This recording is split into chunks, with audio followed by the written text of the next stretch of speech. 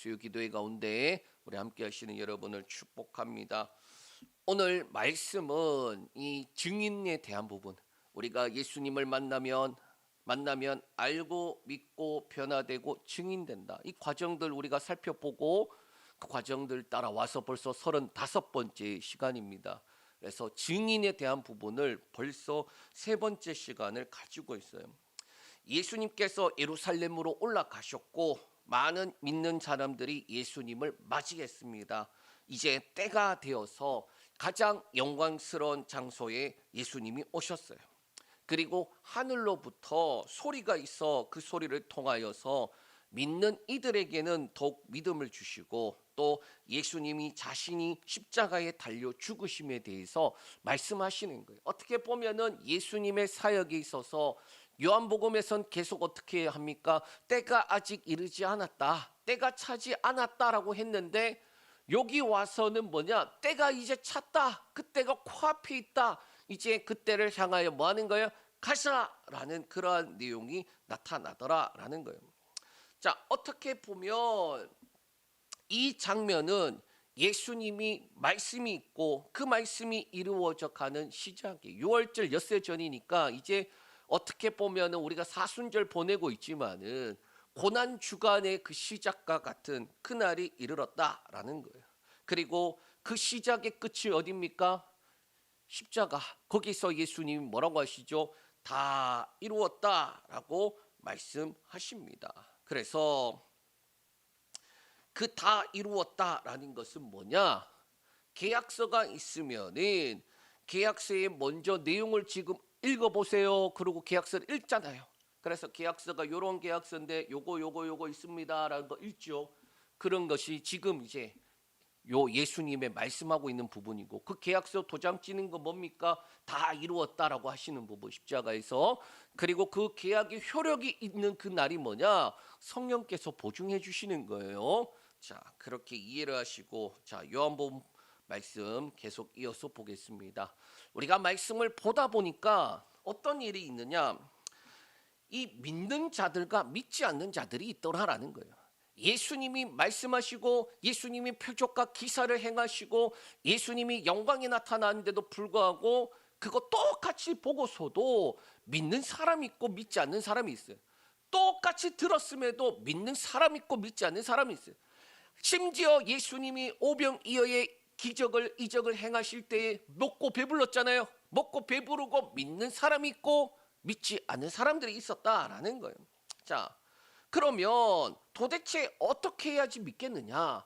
우리가 12장 오늘 읽은 본문 바로 앞에는 하늘에서 소리가 났다니까요. 심지어 오죽 안 믿으면은 하늘에서 소리가 나는데 그 소리를 들은 사람들이 뭐냐? 천사가 말하였다라고 하기도 하고 천둥이 울었다 하기도 한다라는 거예요. 똑같은 역사를 보고서도 믿는 사람과 믿지 않는 사람. 그래서 믿는 사람에게는 어떻게 됩니까? 천사가 울었다.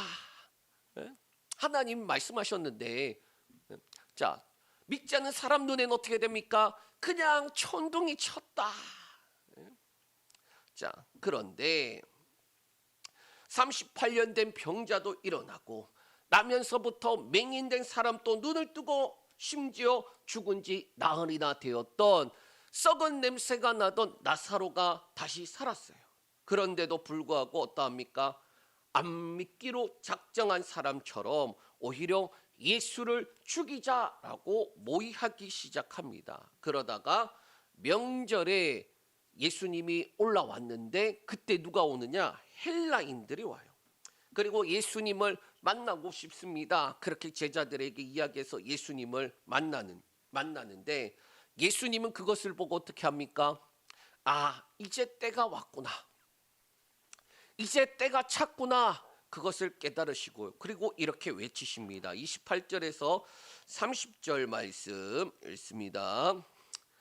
아버지여, 아버지의 이름을 영광스럽게 하옵소서 하시니 이에 하늘에서 소리가 나서 이르되 내가 이미 영광스럽게 하였고 또다시 영광스럽게 하리라 하시니 곁에 서서 들은 무리는 천둥이 울었다고도 하며 또 어떤 이들은 천사가 그에게 말하였다고도 하니 예수께서 대답하여 이르시되 이 소리가 난 것은 나를 위한 것이 아니요 너희를 위한 것이니라.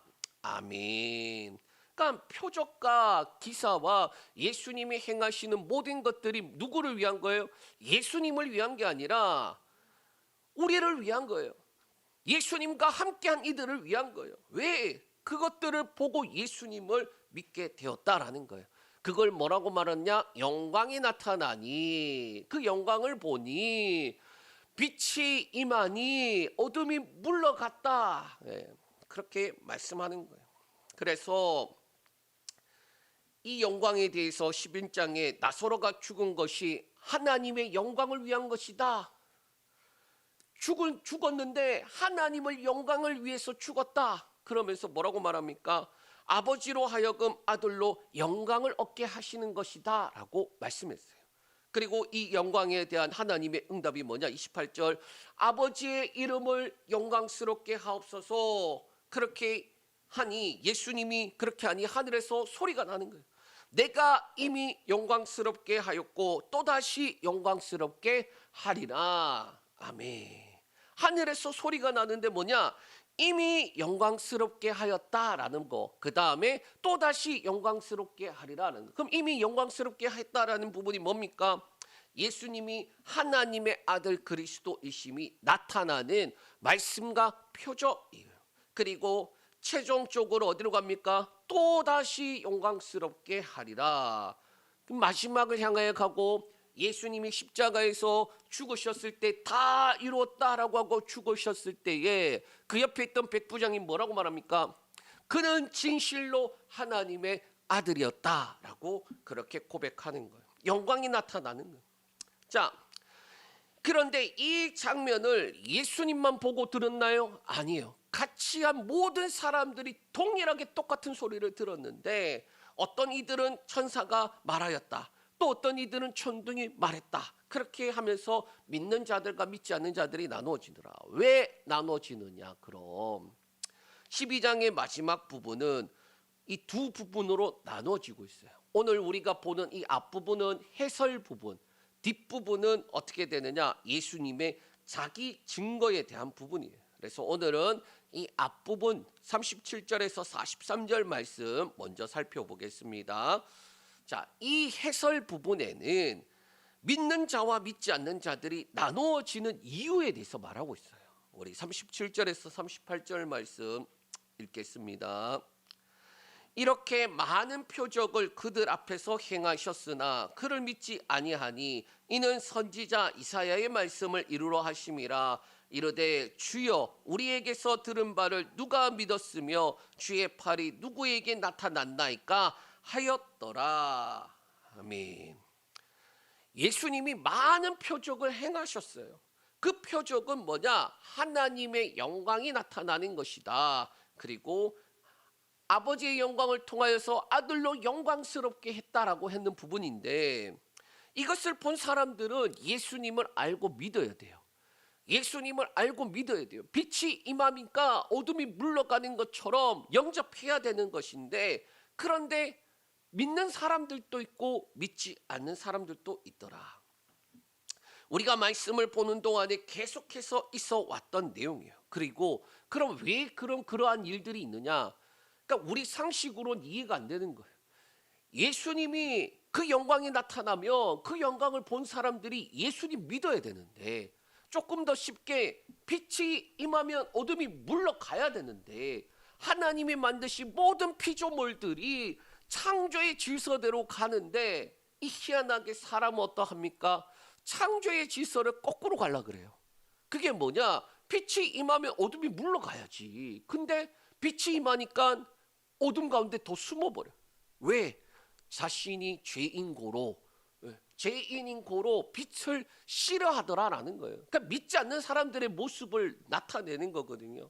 자, 여기서는 이렇게 말씀하고 있습니다. 그 이유에 대해서 38절에 이사야의 말씀을 이루려 하심이니라 라고 말씀하고 있어요. 그럼 그 말씀이 뭡니까? 이사야의 말씀. 누가 믿었으며 누구에게 나타났나이까? 라는 말씀이에요. 우리 한번 같이 이사야 53장 1절에서 3절 말씀 누구에게 나타났습니까? 누구에게 누가 믿었습니까? 그 부분에 대해서 이제 우리가 쭉 찾아가는 거예요. 읽습니다. 우리가 전한 것을 누가 믿었느냐? 여호와의 팔이 누구에게 나타났느냐? 그는 주 앞에서 자라나기를 연한 순 같고 마른 땅에서 나온 뿌리 같아서 고운 모양도 없고 풍채도 없은즉 우리가 보기에 흠모할 만한 아름다운 것이 없도다. 그는 멸시를 받아 사람들에게 버림을 받았으며 간고를 많이 겪었으며 질고를 아는 자라. 마치 사람들이 그에게서 얼굴을 가리는 것 같이 멸시를 당하였고 우리도 그를 귀히 여기지 아니하였도다. 아멘.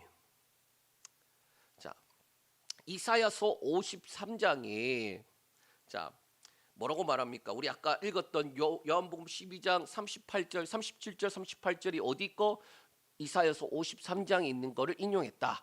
누가 믿었으며 누구에게 나타났습니까? 라고 하는데 이어지는 내용이 뭐예요? 바로 예수님에 대한 대표적인 예언이에요. 그리고 고난당하는 종이라는 그 내용입니다. 그래서 38절은 이사야 53장의 전체적인 내용을 요약해서 말하고 있어요. 그 내용이 뭡니까? 3절에 멸시를 당하고 우리도 그를 귀히 여기지 아니하였다. 6절에 우리는 다 양 같아서 그릇 행하여 각기 제 길로 갔다. 선한 목자 되신다고 하셨는데 양의 문이라고 했는데 우리는 어떻게 했다고요? 다 양 같아서 그릇 행하여 각기 제 길로 갔다라는 거예요. 자, 그리고 그 중에서 중요한 부분인 10절에서 12절, 이사야서 53장 10절에서 12절 우리 같이 읽겠습니다. 여호와께서 그에게 상함을 받게 하시기를 원하사 질고를 당하게 하셨은즉 그의 영혼을 속건제물로 드리기에 이르면 그가 씨를 보게 되며 그의 날이 길 것이요 또 그의 손으로 여호와께서 기뻐하시는 뜻을 성취하리로다. 그가 자기 영혼에 수고한 것을 보고 만족하게 여길 것이라. 나의 의로운 종이 자기 자식으로 많은 사람을 이롭게 하며 또 그들의 죄악을 친히 담당하리로라.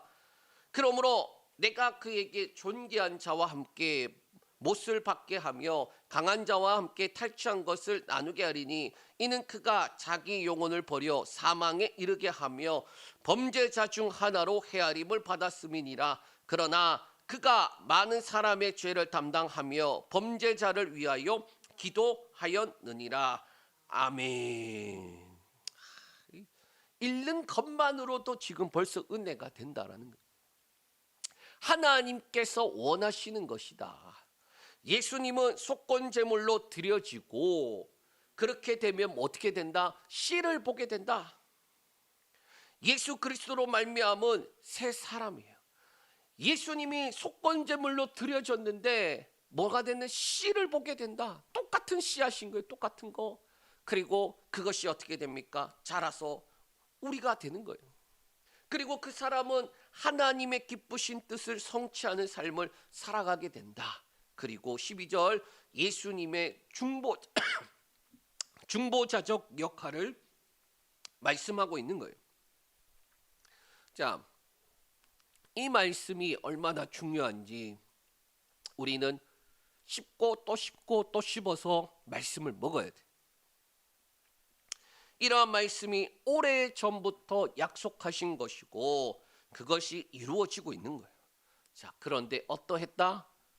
보면서 들으면서 믿는 자가 있고 믿지 않는 자가 있다라는 거예요. 보고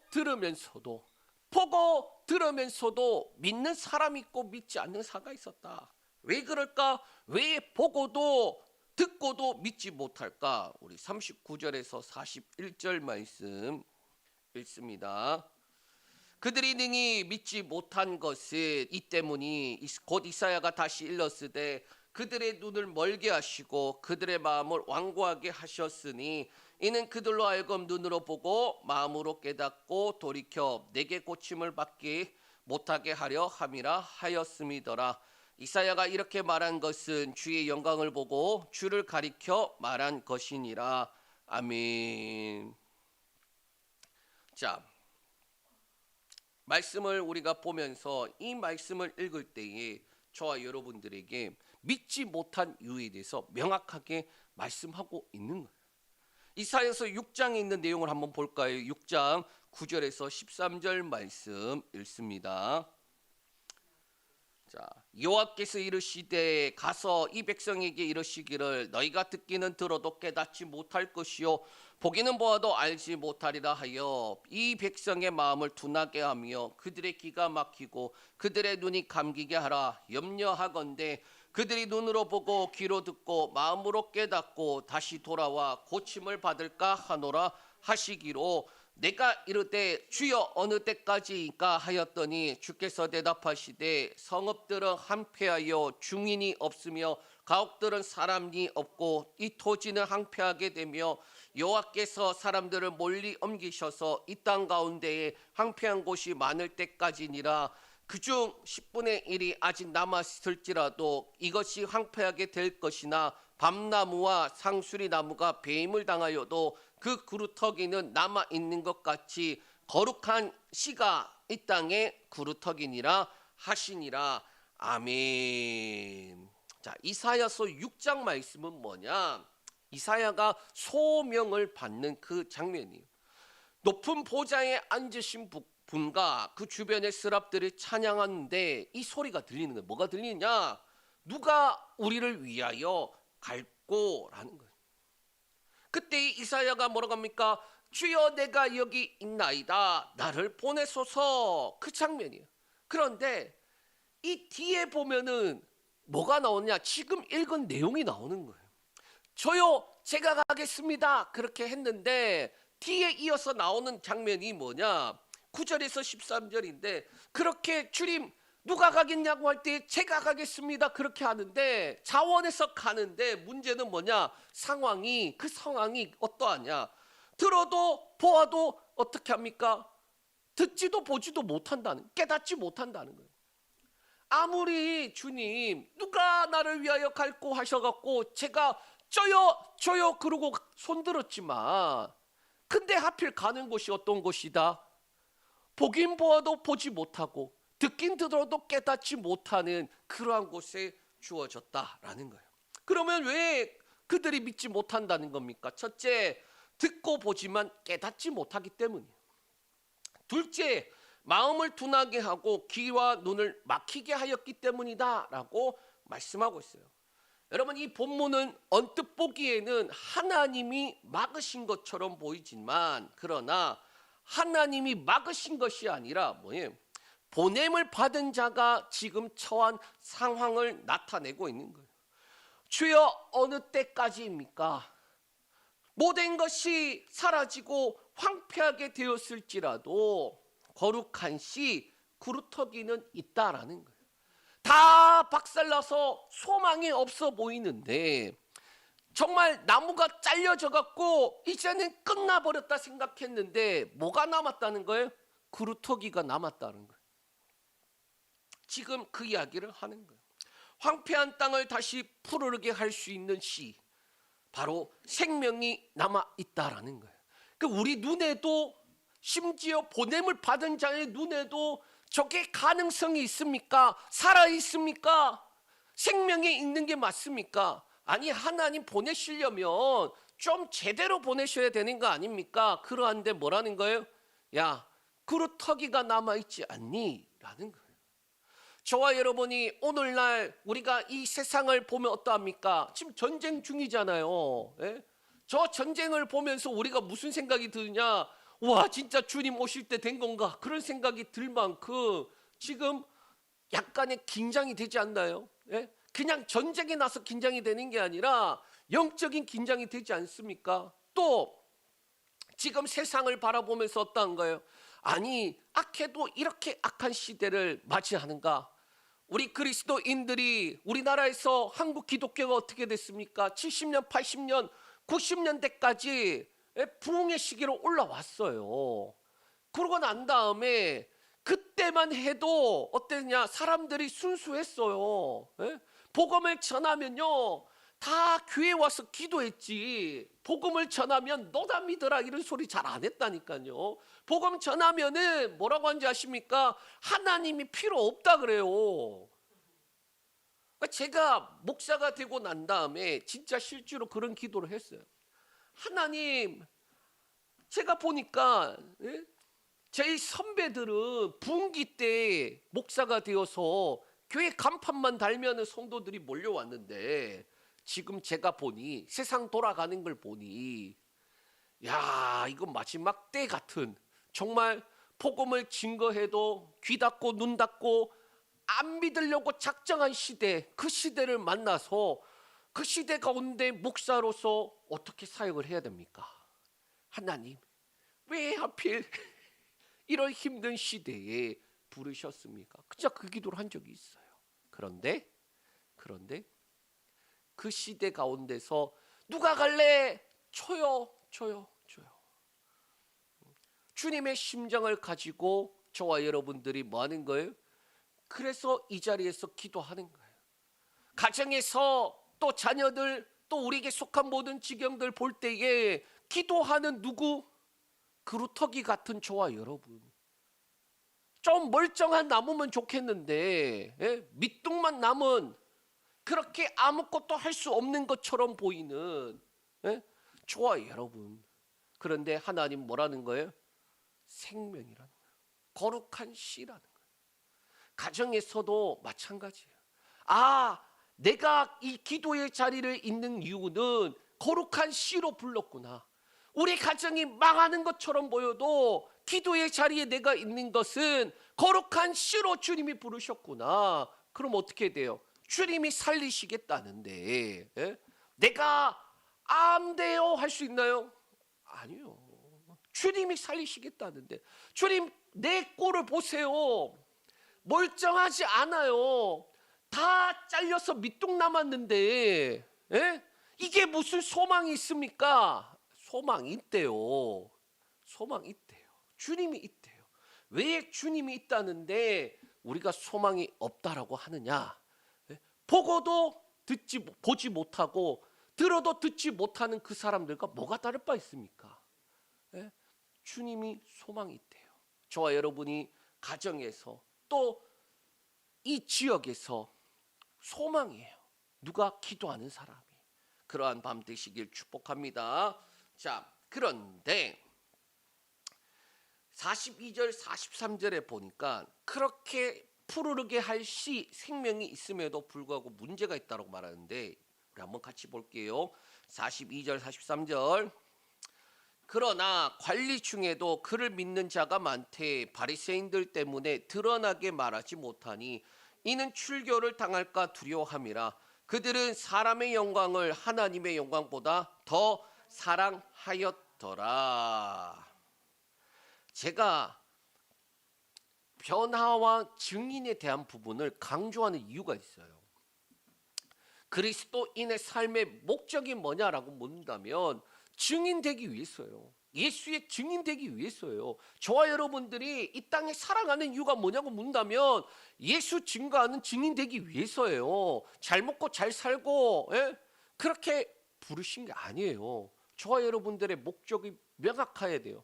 예수 그리스도를 만나고 그래서 알고 믿고 변화되어서 증인되기 위해서다. 그러면 왜 이 부분을 강조할 수밖에 없냐? 42절에 관리 중에서 그를 믿는 자가 많되 드러나게 말하지 못하니 이는 출교를 당할까 두려워함이라 라고 말하고 있어요. 분명히 예수님을 믿는 사람이래요. 예수님을 만났고 그래서 알고 믿었대요. 이 안다는 말의 의미가 뭡니까? 보았을 때에 보았고 들었을 때 들은 사람이라는 거예요. 빛이 임했다라는 거예요. 근데 뭐라고 말합니까? 여기서 보면은 두려웠다는 거예요. 왜 두려웠다고 말합니까? 출교당할까 봐 두려웠다라는 거예요. 그래서 뭐라는 거예요? 믿지만은 뭐 하는 거예요? 예수를 시인하지 않아요. 분명히 그렇게 예수님을 만나 알고 믿었는데 변화와 증인으로 넘어가지 못한 사람의 모습이에요. 변화와 증인의 모습으로 나가야죠. 예수 믿고 죽으면 천국 간다. 그러고 난 다음에 교회 와서 예배 드리면서 궁뎅이만 따뜻하게 데피고 가는 게 아니라 뭐 하는 거예요? 예수의 그 생명이 내 안에 내적으로 외적으로 그리고 그것이 뭐 하는 거예요? 복음이 증거하면서 생명을 낳는 일을 해야 되는 거예요. 저와 여러분이. 그런데 그거 하지 못하니까 어떻게 되더라? 출교를 당할까 봐 두려워한다. 본질적인 이유에 대해서는 이렇게 말합니다. 사람의 영광을 하나님의 영광보다 더 사랑하였더라. 저와 여러분이 성령 충만 받지 않으면은 성령 충만 안 받은 것이 아니라 거기에 뭐가 자리가 잡게 됩니까? 육체의 욕심, 육체의 욕심. 성경에서 말하잖아요. 육신의 생각은 사망이고 영의 생각은 생명과 평안이라고. 그런데 이 육체의 욕심이 우리가 있으면 성령 충만하지 않으면 육체의 욕심이 그것을 이루어 간다라는 거예요. 그걸 여기서는 뭐라고 말하느냐? 사람의 영광을 하나님의 영광보다 더 사랑하더라. 삶의 주인의 자리를 내어드리지 않는 사람들 가지고 있는 기본적인 모습이 뭐냐? 자기 영광, 자기 사랑, 자기 내. 삶의 주인으로 누가 있는 거냐? 이번 예수 믿는다고 하는데 예수를 구주라고 말하면서 주님이라고 하는데 지 삶에 지가 주인인 거예요. 그것을 더 사랑하는 것이다 라고 말하고 있어요. 저와 여러분들이 시간과 물질과 그리고 내가 관심을 두고 있는 거 그것을 한번 따져보면은 시간을 많이 투자하는 것을 우선하는 거예요. 사랑하는 거예요. 물질을 많이 투자하는 것을 뭐 하는 거예요? 사랑하는 거예요. 삶의 주인의 자리를 내어드리지 못하는 이유가 바로 이거지요. 그냥 그거 더 사랑하는 것뿐이에요. 많은 사람이 예수님을 믿었지만 드러내놓고 믿는다 고백하지 못했다라고 말하고 있어요. 왜? 출교를 당할까 봐, 잃어버리게 될까 봐 두려웠다라는 거예요. 그리스도인이 건강하게 성장하지 않으면 끊임없이 우리를 향하여 질문해오는 그러한 상황과 환경과 여건 앞에 사람의 영광을 하나님의 영광보다 더 사랑하게 되는 삶이에요. 그러니까 하나님을 안 사랑하는 게 아니라 사람의 영광을 하나님의 영광보다 더 사랑한다니까요. 둘 다 사랑하는 건 없대요. 둘 다 사랑하는 거는. 태어나면서부터 맹인의 부모를 한번 생각해 볼게요. 자, 11장에 나오는데 제자들 예수님하고 함께 지나가는데 뭐 봅니까? 맹인이 앉아 있어요. 태어나면서부터 그 맹인.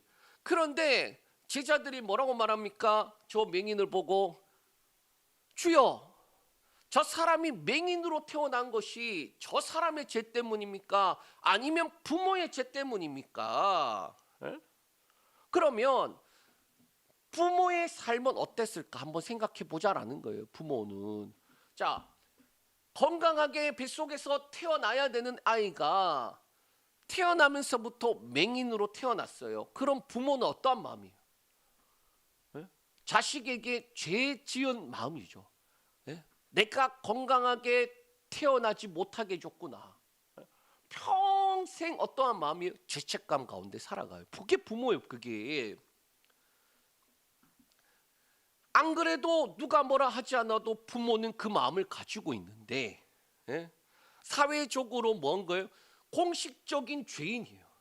아들도 죄인 취급당하고 살고 그 아들을 낳은 부모들도 죄인 취급당하면서 사는 거예요. 누가 뭐라 하지 않아도 나 스스로가 먼저 이 자식이 건강하게 태어나지 못했다라는 것 때문에 죄인 된 심정인데 공식적으로 사회가 그렇게 말한다라는 거예요. 자, 그런데 그 모든 죄의 결과라고 불리는 그 맹인, 눈 뜨지 못한 거 그거 어떻게 됐습니까?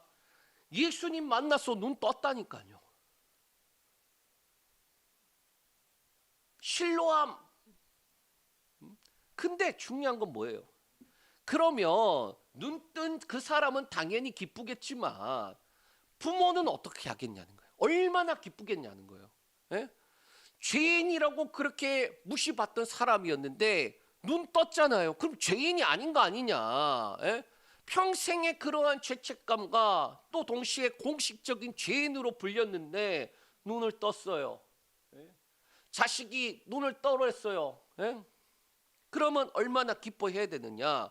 예? 그런데 어떻게 됩니까? 맹인으로 태어난 자, 저거 너 아들 맞아? 그런데 지금 어떻게 보는 거야? 그렇게 바리새인들이 물으니까 부모가 어떻게 대답한 줄 아십니까? 11장이 아니라 9장이었네. 우리 9장 20절에서 23절 읽습니다. 그 부모가 대답하여 이르되 이 사람이 우리 아들인 것과 맹인으로 난 것을 아나이다. 그러나 지금 어떻게 해서 보는지 또는 누가 그의 눈을 떠게 했는지 우리는 알지 못하나이다. 그에게 물어보소서. 그가 장성하였으니 자기의 일을 말하리이다.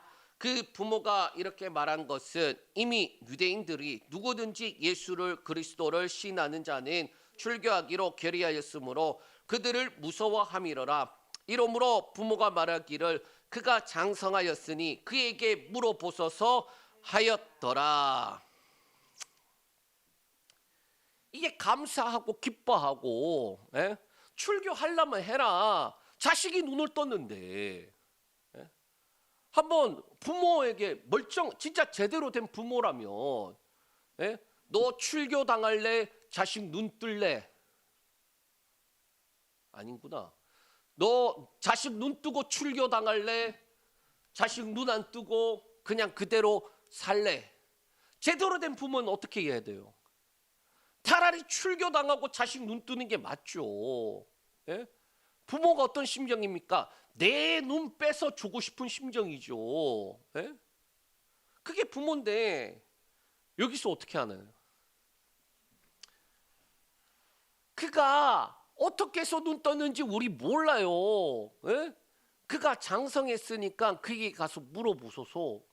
이게 말입니까? 진짜 방구입니까? 예? 기뻐하고 감사하고 심지어 죽이려면 죽여라. 자식이 눈을 뜬 마당에 뭐가 소원이 있겠어요. 그런데 그들이 그것보다 뭘 더 우선합니까? 출교 당하는 게 무섭다라는 거예요.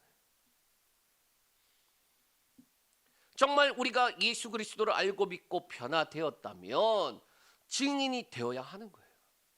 변화를 통한 고백과 간증이 있어야 돼요. 그러니까 우리 삶 가운데서 끊임없이 예수 그리스도로 말미암아 변화가 있어야 돼요. 그리고 그것을 증거하는 것이 뭐라는 거예요? 전도라는 거예요. 생명을 가지고 있음을 나타내는 거라는 거예요. 거룩한 씨앗임을 나타내는 거라는 거예요. 아직도 예수님 믿는다라고 말하는 거 부끄러우신 분 있나요? 나가서 기도하는 거 부끄러운 사람 있나요? 여러분은 예수님을 만나고 난 다음에 믿고 난 다음에 변화가 있습니까? 그 변화는 무엇입니까? 내적이든 외적이든 변화가 있으십니까? 여러분들은 어떻게 예수님을 믿게 되었습니까? 아주 극적으로 영광을 나타내셔서 표적이든 경험을 하든 또는 말씀을 경험을 하든, 그러나 분명한 것은 뭐냐? 먼저 예수님을 만난 자, 먼저 예수님을 믿은 자가 전에 주었기 때문에 저와 여러분이 이 자리에 있는 거예요. 증거하는 이가 없으면 누가 들으리요? 라고 말씀하는 거예요. 저와 여러분이 말씀을 증거하는 거는, 전하는 거는, 내가 만난 예수를 증거하는 증인의 삶을 살아가는 거는 선택이 아니에요.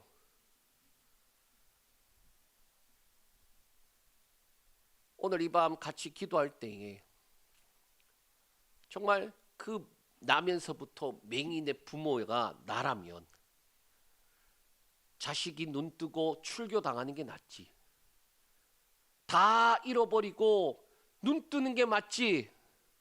그런데 눈 뜨는 것보다 더 큰 것 저와 여러분이 가졌잖아요. 생명 가졌잖아요. 구원의 은혜 가졌잖아요. 성령님 우리 안에 계시잖아요.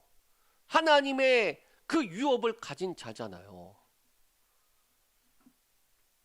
그러한 은혜, 그러한 능력, 그러한 증인의 삶을 살아가는 저와 여러분 되시길 축복합니다.